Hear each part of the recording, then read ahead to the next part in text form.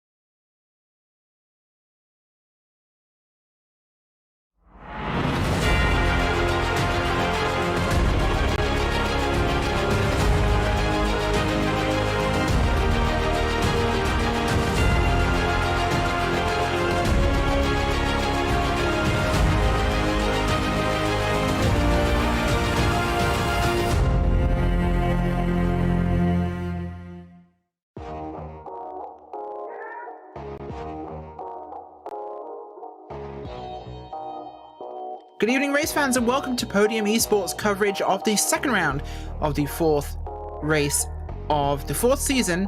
So the second round of the fourth season of Operation Motorsports Racing, powered by RECARO, live from iRacing's virtual Daytona International Speedway in Daytona Beach, Florida.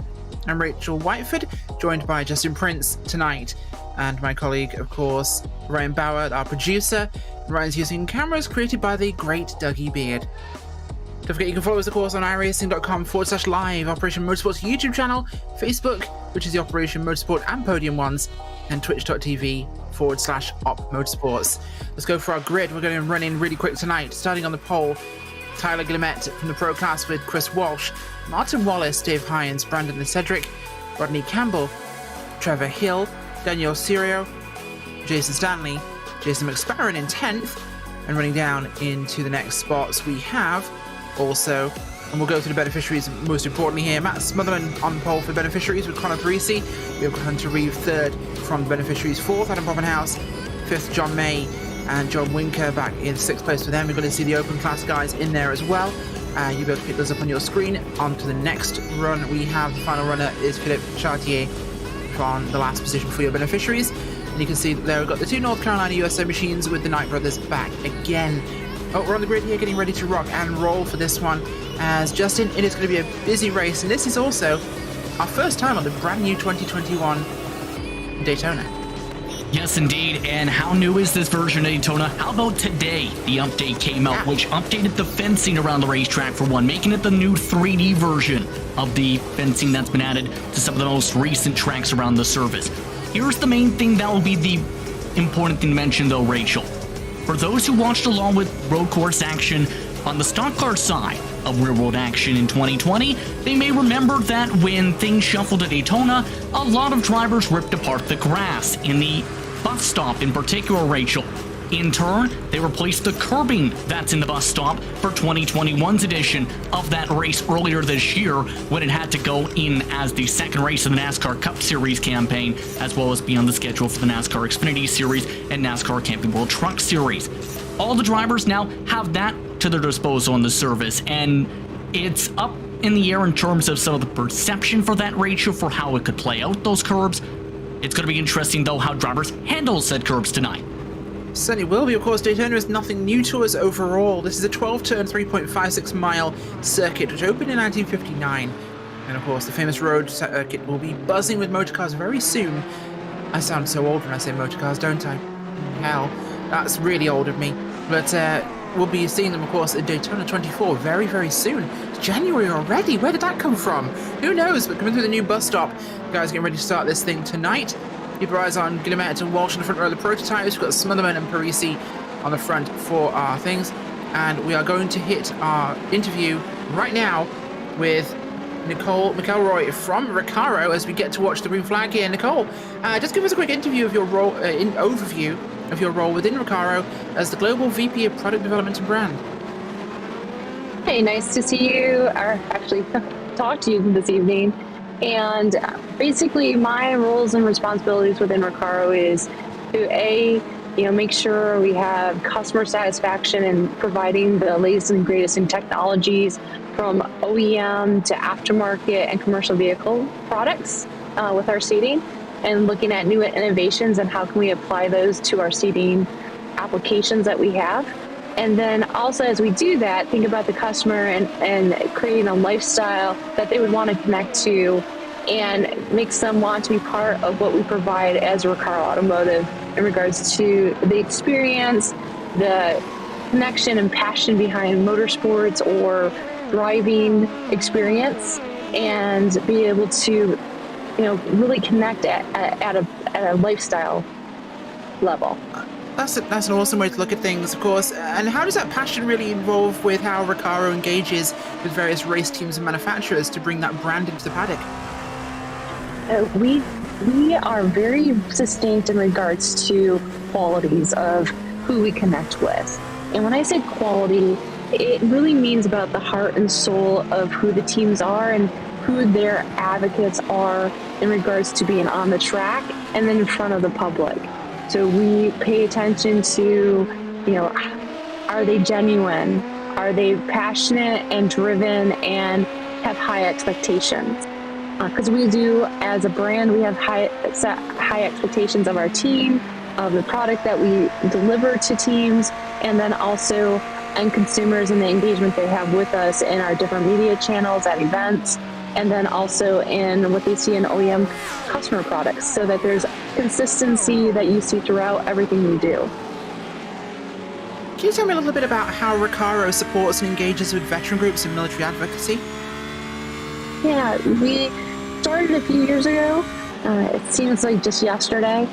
We became our own brand and separate company 2 years ago. And when I say brand, RECARO's always been a big brand. But we are the RECARO Automotive variant of the RECARO overall brand. And in that transition, we knew and have on our team a lot of veterans.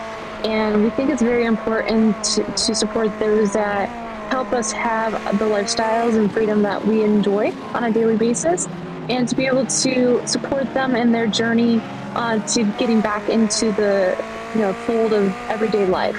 And we're thankful for everything that they do, and that's why the connection's there. They're pure in their heart, just like we want our customers and the people that we engage with to be pure in their heart as well. That's really awesome to hear. And of course, I hear it starts a little bit earlier than just the veterans. Does RECARO provide seating options to the military? We do military seating. Obviously, we can't talk about the details of that. And a lot of commercial too. So even if it's not in a direct military application, there's also the commercial side of that. So think about seating for drivers in buses and anything that does more transport A to B type situations, where you are in a seat for a long time period, high use, high wear, and different sizes of individuals to make sure they have the right ergonomics in that seat for them to have less fatigue. Because it's all about, treating the body right and following the spine and the design of the body to alleviate any stress points. That's, of course, very important. So how could somebody learn more about RECARO's products and their involvement in the motorsport world? Yeah, so for us, it's easy. You can go to our website. Our website is recaro-automotive.com. And in there, we have everything you ever wanted to know. We also have our different social channels. So RECARO Automotive will be the channel that you would follow on Instagram, in Facebook, in Twitter, and LinkedIn. We tend to do cross-channel applications so you can learn about different things in different ways and really get a sense of who we are as an organization and who we connect with. That's fantastic, and make sure people check that out. How does RECARO provide support to Operation Motorsport in the real world? So in the real world, what we do with Operation Motorsports is anything that they have any questions and need some in regards to, I guess you could say, events, right? So for example, we just did the PRI show, and we jointly had a space within the PRI show for them to be able to communicate and talk to potential veterans that would want to be part of the organization, or companies that want to support or get access to helping the veterans and the operations that you guys do. The other way is we also sponsor this event, right? Getting people actively engaged and connecting together through sim racing and online motorsport racing, which is important because it's a community and it helps you have a connection and gets you, basically in the same spirit and connecting people to something they enjoy.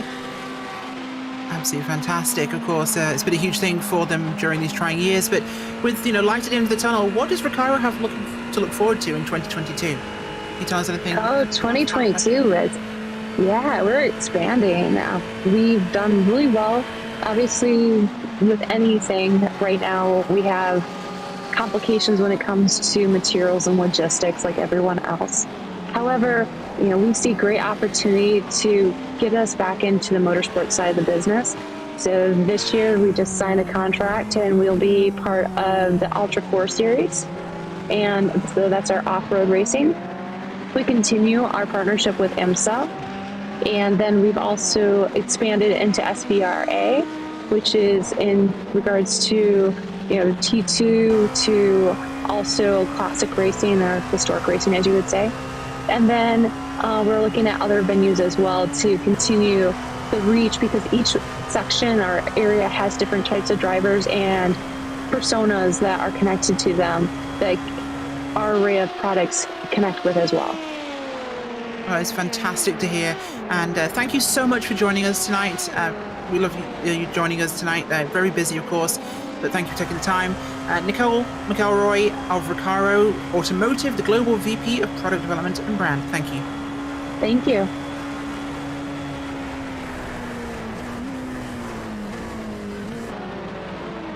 And a great interview, I will say, Rachel, to be able to learn a lot when it comes to that side of things, when it comes to the support being brought towards the direction of Operation Motorsport. Absolutely, Rachel.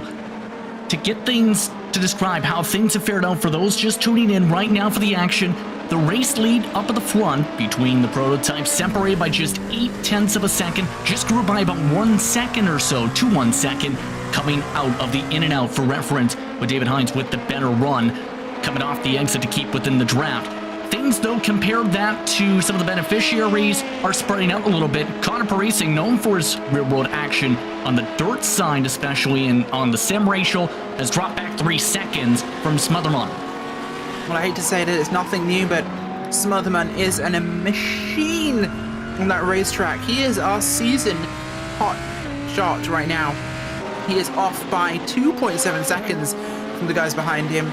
He is absolutely just ignited those J2 rockets and he is gone.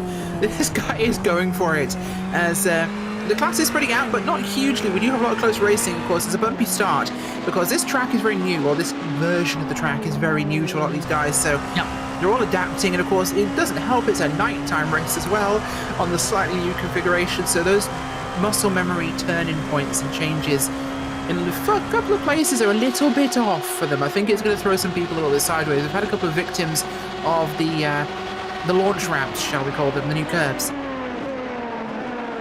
Absolutely, and for those again tuning in while we were speaking with their interview segment, it is worth noting that a few drivers did make mistakes in that same section, Rachel. Jason McSparron had to come on to the pit lane after having a massive spin in that respective section. You also have the number 86 machine ending up spinning around.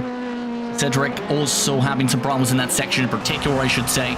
A lot of drivers are struggling with the very edge of the turtle portion of that to be able to get through the corner quickly and cleanly, Rachel, which is so very critical to get the flow right with the scan of iRacing's Daytona International Speedway.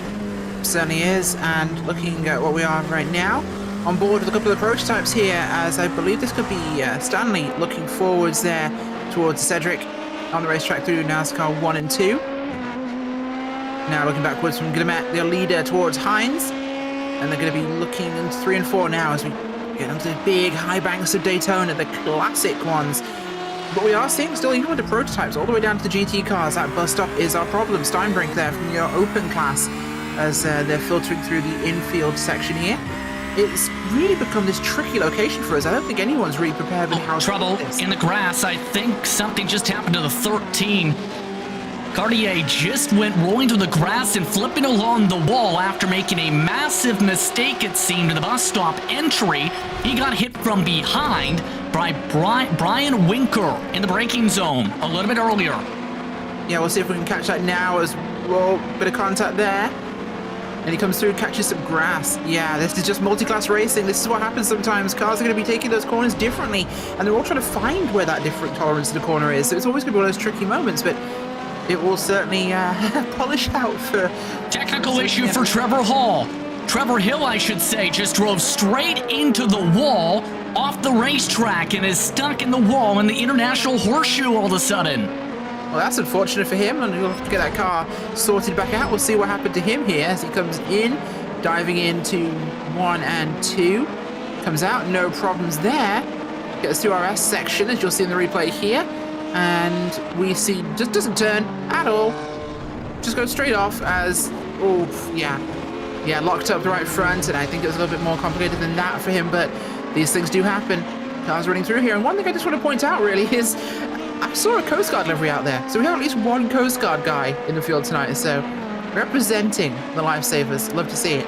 But it's going to be exciting to see what we can get by the end of this. This is very much a virgin territory for us, as we have John May here, 5th in class for the beneficiaries. Really close to his next competitors there. Up towards that's Parisius. Well, no, it could be actually Steinbrink and Parsons, I believe, there for yes. him. It's going to be those two, so we'll have to see what he can do with that. And that's 5th actually overall on the GT3. He's not in class. He's actually a lot further up. He's 5th overall, so 3rd right now. So we might see the Angry Marine in an interview later, so we'll watch this space for that. We'll look to talk to him, of course, as always, as these guys really seem a little bit on edge tonight. Battle for 6th place here. The cars all look so very dicey tonight, Justin. Well, that's to be expected when you have a brand new build for a racetrack, essentially, after an update that can impact some portions of the racetrack in the actual physics and turn ratio this track was expected to have as a result of rear-road action coming up at Daytona. And a bit of trouble we just seen prior to that section, the 13. Once again, Cartier just went off the racetrack just in front of that battle we were just watching. The 13 having a bit of a rough night, unfortunately, for that machine. Hard into the wall, backing it up this time. Yeah, there we are on board with him, and he just caught a wheel on the grass, it looks like. Yeah, he got his back wheel on the grass there, coming out of that S's section, and just spun the car. It'll happen. It's one of those things you've got to watch out for, but oh, not nice to see for them, of course. Do not want to see that. A rough night for Cartier there as we drive, but we are currently looking about 13 minutes into this race, so we're approaching half. Oh, look at that. Big boom, boom. You don't want to be facing backwards into a corner. That is my one racing tip of the day. Face forwards when turning into a corner. A rough night for one of the beneficiary drivers, as worth noting the race lead has separated in part because of some of the traffic. That's Hunter Reeve that is really holding up the second place overall driver on track. Hines forced to check up, and that has actually allowed one of the lap down cars to get within drafting range too. That is not a position just passing on by. That's Mick Sparron, who has had to come into the pit lane. Yeah, he has. And looking at the front of our classes, Guillemette still leads now by 2.4. Smotherman leads the beneficiaries by what appears to be about 4 seconds or so for him. And Parsons leading just ahead of Steinbrink for the open class. So that's the closest real battle we've got in terms of a class lead. There is Parsons and Steinbrink. But Smotherman has just jetted off into his own world. 4.1 seconds for him. And the gap there, 0.1 second between Parsons and Steinbrink. They're on top of each other. Oppenhaus here looking forwards towards Beeman and Reed. As they're getting that one done. It is very much a busy. Yeah, so what we're hearing actually here is the prototype guys saying the Daytona setup that iRacing offers is probably still meant for the old one. Because it ain't doing much good for this. So they are holding on to their derrieres as they roll around this track at high speeds. It is a learning experience, I think.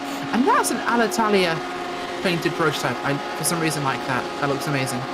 As we see down there, Walsh here. Look at this lapping. Oh my god, that camera angle's gorgeous.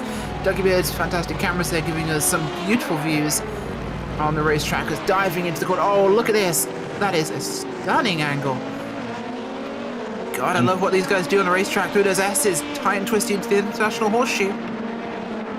Some beautiful camera angles indeed, and you mentioned the updates to the track in turn potentially affecting some drivers in their setups, in their baselines and whatnot.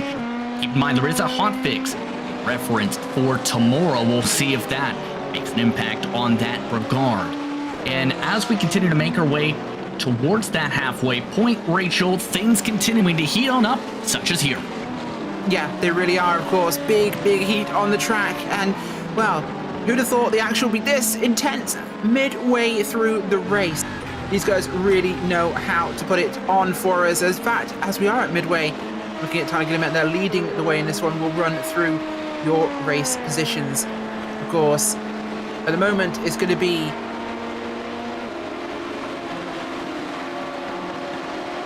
out front. We have Tyler Guillemette for your prototypes, with Dave Hines in second place there. Chris Walsh in third, with Rodney Campbell in the fourth spot. Martin Wallace in fifth, with Cedric in seventh. Stanley in eighth place, and Curio in ninth. McSparron in 10th, and Trevor Hill, after his incident, retired back in last place. In amongst your top drivers in the prototypes, keep in mind when it comes to the beneficiaries, Smotherman currently in the lead by a wide margin over Connor Paris. Then it's behind in that respective class John May, Hunter Reeve, Adam Poppenhaus, John Winker, and Philip Cartier rounding up that grouping. Then open side of things sees Taylor Parsons currently in that class grouping advantage over Jake Steinbrink, Tower Beeman. We also have Tyler Reed, Bradley Beeman on with USO NC Machines.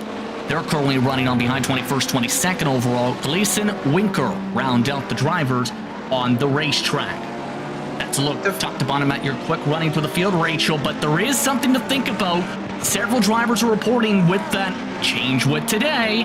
Guess what? Drivers cannot make it on fuel, possibly. That could be a huge moment for us. We'll touch back on that in just a second, but you know what else race cars need besides fuel? They need seats. Whether it's on the track or in iRacing, RECARO Automotive is all about making the driving safer, more comfortable, and more controlled. A driving experience that you can really feel. RECARO Automotive puts people first every time. An ergonomic sitting position means a comfortable position, and with perfect seat contours and individual features to support your body, RECARO Automotive makes driving fun. Be it on the road or on the racetrack, RECARO Automotive performance seats are more than just a set of components. They exude innovation, quality, and premium materials, craftsmanship, and a genuine passion for cars. For more information, visit their website at www.recaro-automotive.com. It is recaro-automotive.com. RECARO Automotive is proud to support Operation E Motorsports iRacing. But with that in mind, yes, the fuel will be a huge factor for us, as a lot of these guys are donking over curbs as fast as they can find them. And we will just quickly touch on something that's very important to us today, which is our driver beneficiary spotlight today. Every time we look at one of the drivers from that category, and we're looking at John Winker today. John joined the army as an infantryman in 2006, and he deployed to Iraq in 2009. While there, he was involved in an incident that resulted in the amputation of his left leg below the knee. He was medically discharged in 2011, and motorsports played a huge role in his recovery and ultimately led to the creation of a veteran non-profit called the Resilience Racing Foundation. The Resilience Racing Foundation is a veteran organisation committed to advancing adaptive hand control technologies and harnessing the profound benefits of motorsport therapy for disabled veterans through competitive racing. When John isn't racing or working with veterans, he works as the director of IT for a technology holding company. He holds an SCCA competitive racing license and has raced with both them, NASA, and Champ Car, although I'm pretty sure it's not the same NASA that I'm thinking of. Yeah, probably not. And John lives in Wisconsin with Ashley, his wife of 13 years, and his 2 children, Tyler 7 and Callie 5. John started iRacing in 2020 when all race events in real life were cancelled, and the Operation Motorsport eMotorsport iRacing League came to at the perfect time. It allowed John to stay connected with veterans that share a passion for motorsport and allowed him to keep practicing his racing skills. So here's to you, John. Keep doing what you're doing. Well, out here on the racetrack, looking through the field at the moment, Smotherman's gap has increased yet again. Nothing can stop this guy. Do we know if that fuel issue is going to be a factor for our GT3 cars, Justin, or is it just for the prototypes? Hearing more so prototype, because the top 2 essentially both said at the same time, I've got a fuel warning. So that was over the radio. We'll see when they come down, because here's the thing. Coming up to 10 minutes to go on the clock, Rachel. This could be very intriguing and a splash and go situation if that indeed becomes the case. So a very dire situation potentially.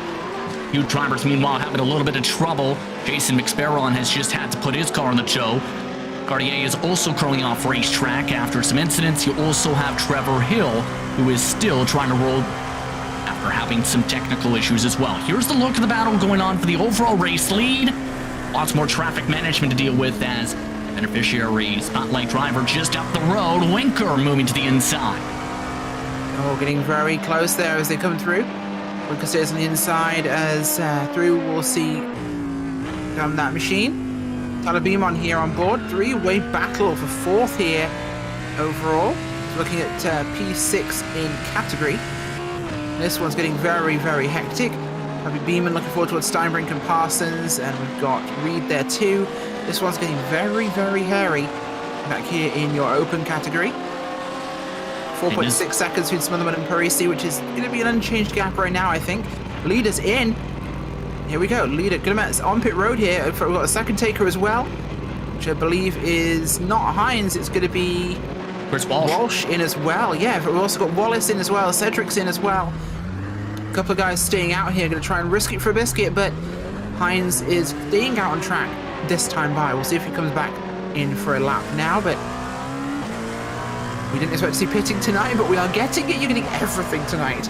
This seems to be the most action-packed, crazy race we've had yet, as McSparron and Cartier have both retired formally from the race tonight. Great night for those guys, unfortunately, but these things do happen.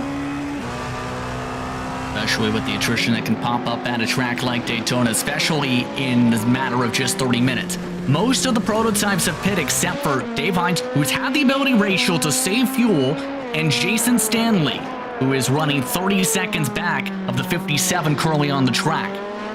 First driver off the pit lane was the number 5 machine, who has been in control much of the evening. So in other words, this could get a very touch bit intriguing how this could play out, because again, this is the surprise wild card of the night, to say the very least, with how this plays out. How as a driver do you feel if you have that said surprise, especially since the 57 is now in? Honestly, I think the drivers feel shell-shocked. It feels like everything's been thrown at them tonight. 57 of Hines is on pit road here for his stop. This will probably just be a splash of fuel and nothing else. In fact, I'd be surprised if they took anything else. Not something these guys were expecting, I think. I don't think they had enough time to test on this new layout and this new configuration. The setups are all different, of course, and I think it's throwing all our drivers here for a loop. It's definitely making things challenging for tonight. So I think for a lot of these guys, this will be considered a drop week, I think, in their season, as we look here at Campbell leading the way right now. As this will filter back through, we expect, but this has really changed things, I think, for everyone. This has been a race that is a tricky track, a new configuration, brand new release, and of course they're dealing with it at night too, which is making it 10 times harder in multi-class. How can you make a race just completely out there and throw everybody off their game? Multi-class, nighttime, brand new track configuration with no practice time. Oh, and the setup is wonky. I'm surprised anyone's facing forwards right now. Genuinely surprised that anybody is facing forwards. Bad news if you're fans of the number 57, by the way. Dave Hines elected to take a full fuel load, and how much time that had cost him? How about nearly a good 30 plus seconds to the overall net leader, 42 seconds to Ronnie Campbell on track. Take out the 57 for the conversation. Unbelievable, but that's what could happen with the unexpected, to say the very least. Meanwhile, some more battles are starting to fare out still. Dave Haynes is still in the midst of, Hines I should say, is in the midst of that. You also have Steinbrink, May, Beeman all fighting. Keep in mind, various different classes amongst this respective grouping of drivers, but overall spots in the respective car class on the line here. Yeah, they very much are, and we'll have to see where this one plays out. Fourth, the open category is on the line amongst these drivers. We have some beneficiaries sprinkled in there, like so many hundreds and thousands. I love those. Those are amazing. People need to bring hundreds of thousands back. Those are the best thing ever. I'm digressing towards donuts. Don't know why, but it's happening. As on track, Smotherman's gap even bigger yet. Campbell's gap is looking pretty sustainable right now. He's got a good jump here on Guillemette, but I don't think he's pitted so far. So yes, indeed, Campbell actually has completed the stop, yes. And Campbell, here's the thing, 10-second stop. Actually picked up some time, one of the longest stretches for this pit service. Jason Stanley's completed the prototype service with under 5 minutes to go on the clock. Martin Wallace just so happened to also come out in the midst of a battle with the 25. We also have the 86 and 57 about a second plus up the road together. So under 5 minutes to go. Let's talk a bit about the USO cars for tonight, as this evening those drivers are in sim rigs at the USO North Carolina.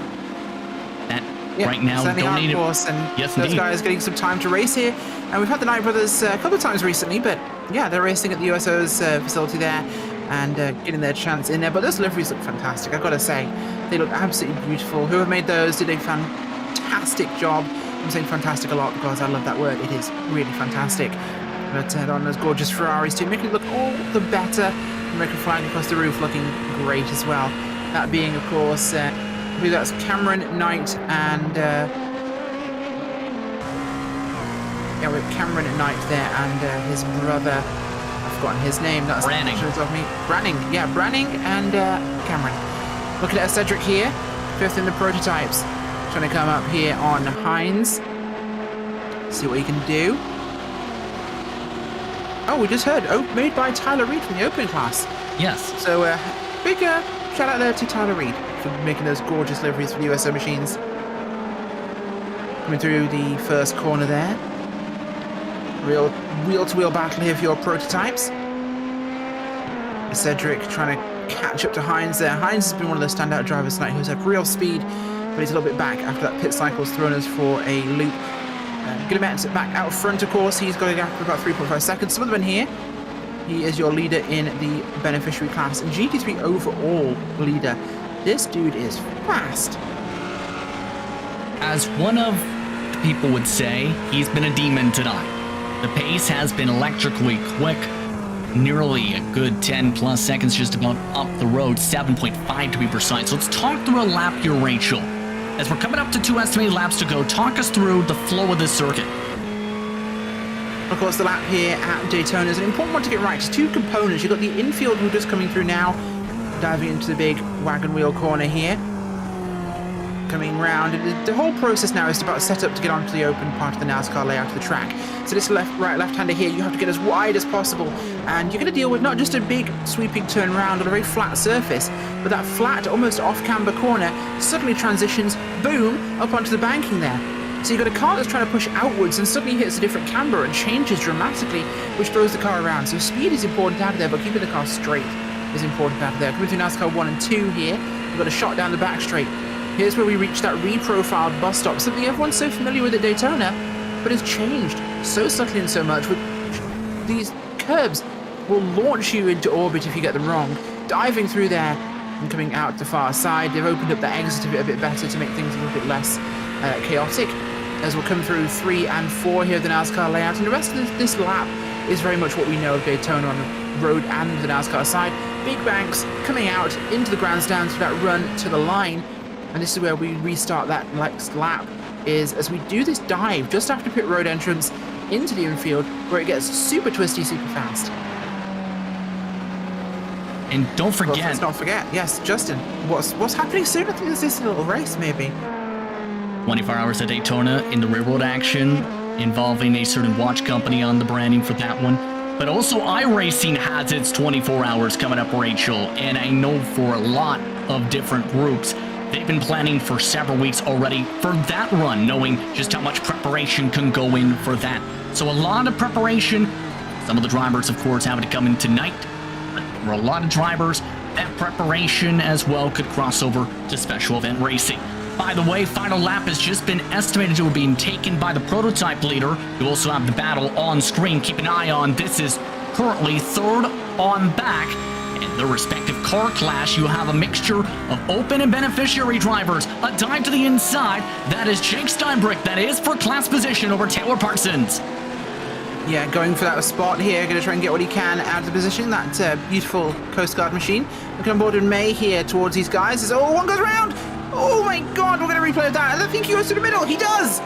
John May shoots the gap there, and the Angry Marine just marches straight up that beach. Look at this. Here we go.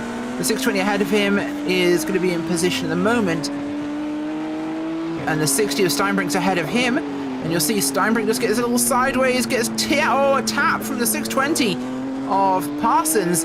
Just catches the back of Steinbrück, tips him around. And the Angry Marine just runs straight up the beach between the pair of them and takes that spot. And it's not an actual position spot, of course. They're both in the same running order, beneficiary and open class drivers, but he gets through there, and that was the two leaders from your open class that had that contact. So yes. Big drama there. Look at it, right through the middle. Shoots that gap. Beautifully done. And that puts him into a nice, comfortable third place ahead of those guys. We're going to be coming through now as the last moments of the race here, as Glimet leading the way on his last lap at the moment. Getting this thing done here. Coming through as hard as he can. On the back straight here, just the bus stop to go. Then it's NASCAR 3 and 4, an easy run. As long as he gets this right. This bus stop has been so tricky all night long for everybody, especially the prototype cars. This setup has not been good for them. Tracks it out. Got that hard part completed. Here he'll come. Tyler Glimet to win round number 3 at Daytona. We'll shoot through NASCAR 4 here. Out he'll come. The crowd will go wild. And it'll be into the tri-oval. Give him a bit of a weave. Celebrate early. Across that line for him. Look back towards Smotherman in your prototype class. Still in the infield. A lot of lap left to go here, Justin. But he's had a dominating performance tonight. Again. Yes, for Smotherman, absolutely has just been blisteringly quick, to say the very least. Rachel has pulled away from the pack by a good 7+ seconds, and now just having to close things on out. Connor Parise in comparison, currently good around 11 seconds behind. Good effort, though, from the two drivers up towards the front for the beneficiaries. Keep in mind, you still have drivers like Hunter Reeve quietly inside the top 4. John May also with a solid run. Open Wise, meanwhile, after some of that trouble, Tower Beeman is in that respective top spot as a result of some of those spins. So some very interesting final lap moments for this class. But now, for Smotherman, just a couple more corners to go to close things on out as we look through the bus stop. Diving through for the final time. Matt Smotherman will just get this thing done in beautiful style tonight at Daytona. You'd almost think for him, this was same old Daytona, same old track, same old setup, same old layout. Nothing really unusual from Matt Smotherman. The adaptive driving from this guy tonight to have no mistakes when everybody else has faltered has been absolutely huge. He'll come out there into the tri-oval now. And will complete the race for the beneficiary class, picking up yet another win this season. Great driving by him. Coming through, Conor Parisi there, second place for him. The US Air Force driver will come through and across the line to secure that second spot, and more importantly, I'm a little bit happy myself. Although no, they've changed positions. Reeve has gotten past John May, taking that third spot. Oh, I really wanted to talk to Andrew Marine tonight. What happened to John May? I don't know. We'll have to try and get a replay of what happened from him, but he lost that spot and he had a good gap, so I'm not really sure here. I think the issue may have been on the final lap potentially, Rachel, because there was a side-by-side with Beeman, in fact. We are now hearing John May had entered side-by-side into turn 1. All 3 cars in that grouping had spun. Guess which one hit the wall?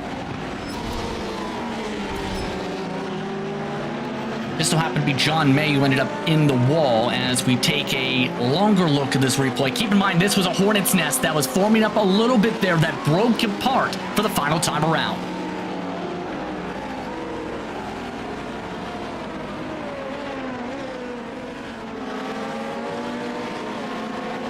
And it would be at turn 1 at the start of the upcoming lap, I believe, Rachel, for this incident referring to.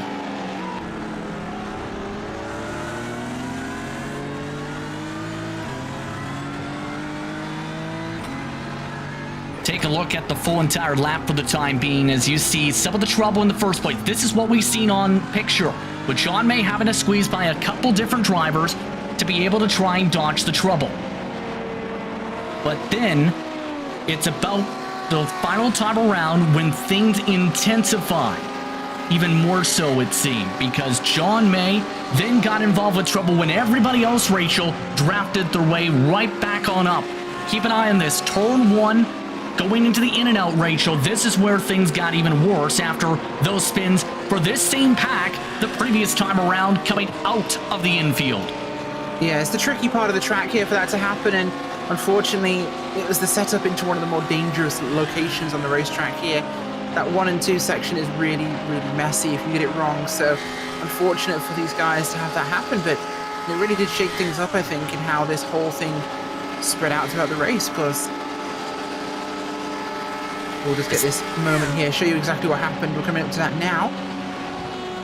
Watch it right here. In they come. Oh, got sideways. Oh, into the end of the pit wall. That sucks. Oh, poor John May. Oh, it's a terrible place to have something happen.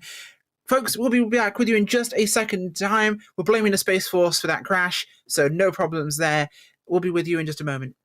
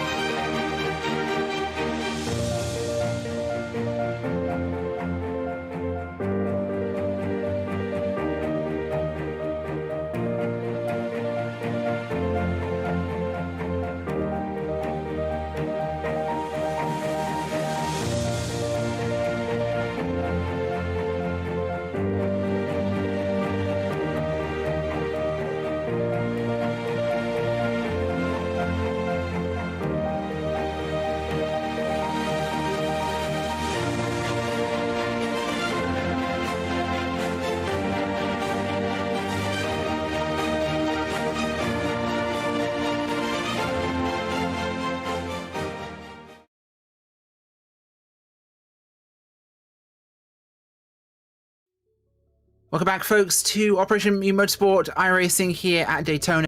And what a tumultuous race we've had tonight. It's been crazy. Look at our post-race results. Tyler Guillemette coming home with the prototype win, with Chris Walsh and Rodney Campbell joining him on the podium. 4th place, Brandon and Cedric.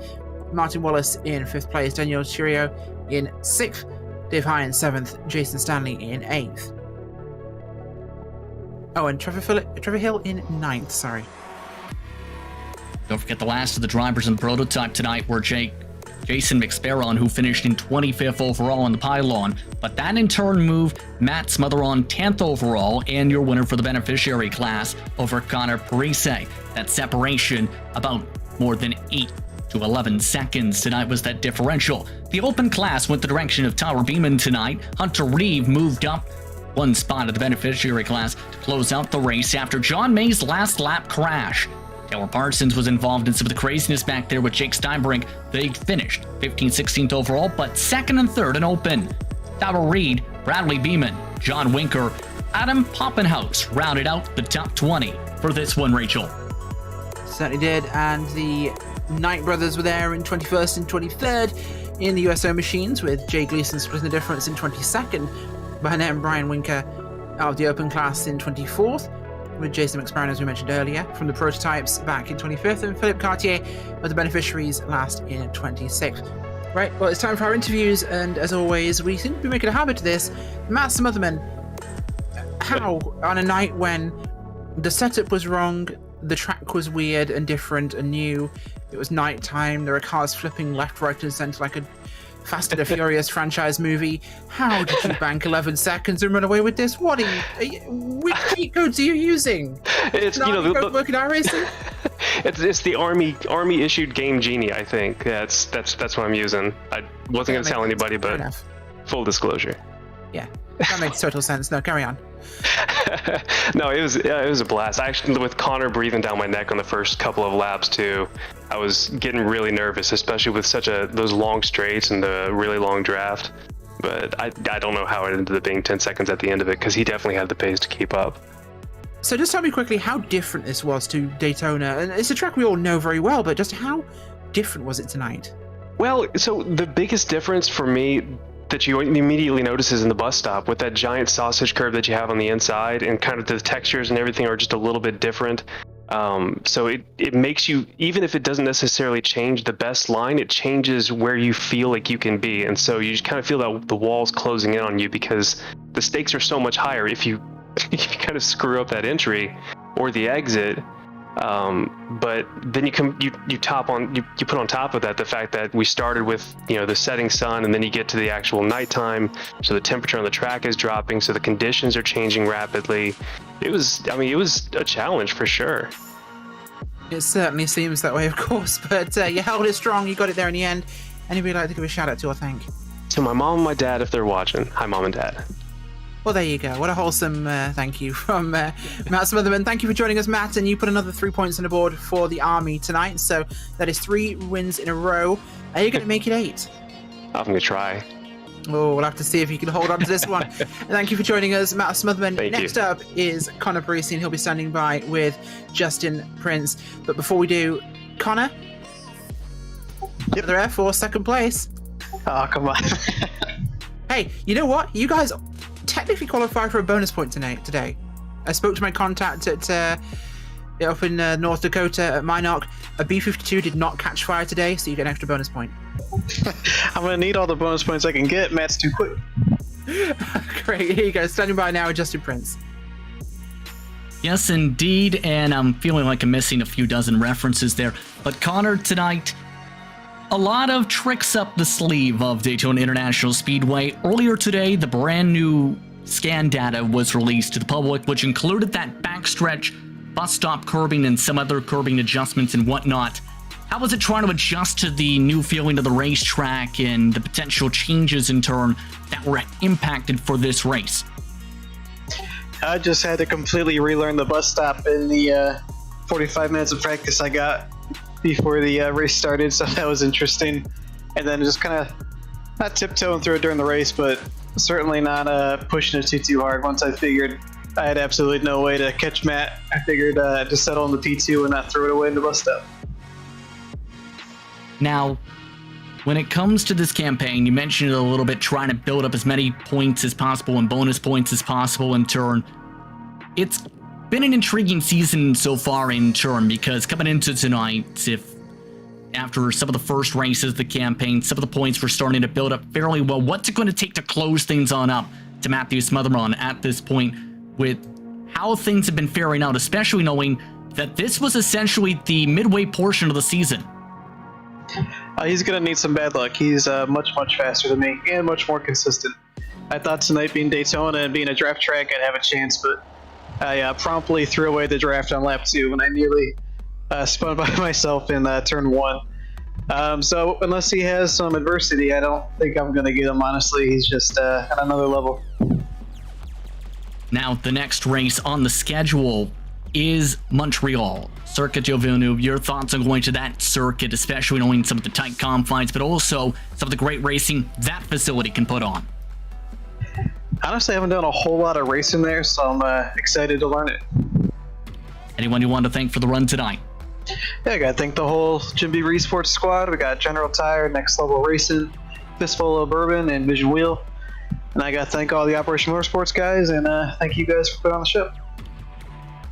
Once again, Connor Parise coming home in second. Beneficiary class to come away with the podium spot. Rachel, third spot, meanwhile, after some bad luck for John May, went the direction of Hunter Reeve. He's with you. Thank you very much, Hunter. Another point on the board for you for Army for third place there tonight. And you seem to be in an absolute mess of a firefight back there in third place. That was the busiest part of our track all night. Yeah, that was really weird. I feel bad for John because there was a glitch there and it was showing checker, then it turned white. But yeah, I think like the top, I think from like second on to the 7th GT3 cars, that was a lot of fun. That was really a good battle. It certainly looked to be a very exciting section of the track. What was it like for you racing not just a track that's very different to what it used to be, but in that much traffic on a track that's very unfamiliar now? It's a nice change because there's more grip now, but I've done the Daytona 24 before on iRacing, and so you get used to it. Well, you do and you don't. You don't get used to how fast the LMP2 cars are, but you get used to it a little bit. It seems to be working out great for you tonight. Quick question though, did I hear from a little birdie that you used to be Army Aviation? Yeah, I was a helicopter crew chief. On the Kiowas, right? Yep. Yeah, so technically, were you giving your points to the Yeah. Army or to the Air Force? How are we doing this? Is it before 1946? There you go, that's the correct answer. Yeah. Anybody you'd like to give a shout out to or thank tonight? No, it's just thank you to Operation Motorsports and RECARO and iRacing for making all this happen. Awesome, well thanks for joining us. Hunter Reeve coming home tonight, third in the beneficiary class. Thank you for joining us. Well folks, it has been a busy one of course, and let's not forget to thank our partners in tonight's race.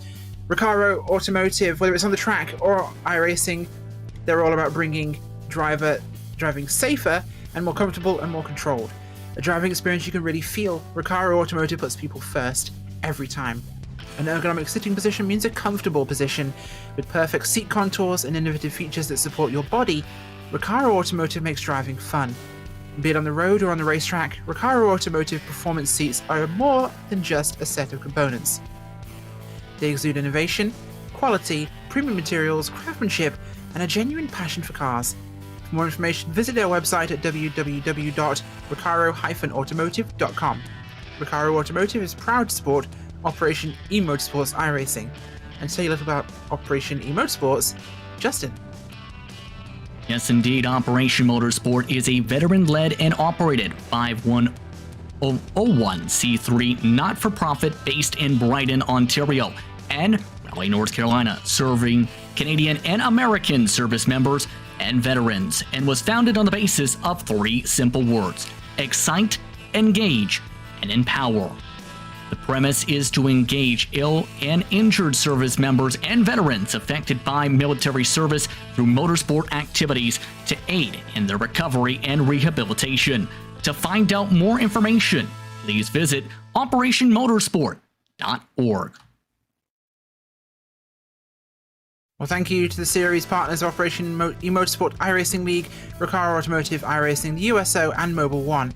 For Jason Leach, Diesel Loader, Chris Ramirez, and the entire Operation Motorsports team for Ryan Bauer, James Pike, Cisco Scaramuza, John Theodore at Podium Esports, and for our producer Ryan Bauer, camera builder Dougie Beard, Cameron Obanal on social media, and for my colleague this evening, Justin Prince. I'm Rachel Wyford. Thank you so much for watching tonight's broadcast of the Operation eMotorsport Winter League by RECARO. We hope to see you next Tuesday from iRacing's beautiful next track, which is, where are we going tonight, Justin? Next week? Montreal. Montreal. We'll see you there.